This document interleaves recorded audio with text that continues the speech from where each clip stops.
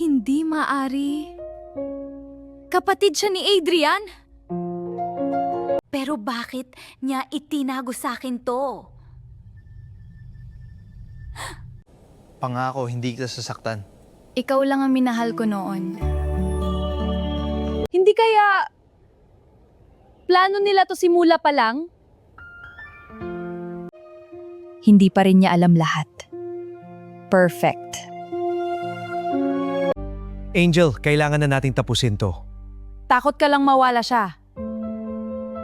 Pero wala ka ng choice ngayon. May anak tayo. Ayokong masaktan si Althea. Nasaktan mo na siya.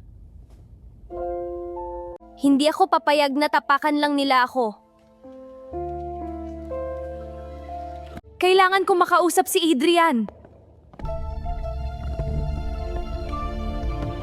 Hello? Adrian, ako to. Althea, pagkalipas ng 5 taon, ngayon ka lang nagparamdam. Kailangan ko ng tulong mo, Adrian. Please, tulungan mo ako. Pangarap kong pakasalan ka nun. Akala ko habang buhay tayo. Anong ginawa nila sa'yo, Althea? Hindi mo pa rin ba nakakalimutan ang kapatid ko, Althea? Hindi mo ba alam? Ang alin? Ano ibig sabihin mo, Adrian, ah? Si Angel ang dahilan kung bakit tayo naghiwalay noon. Ano? Bakit? Ano nagawa kong kasalanan kay Angel?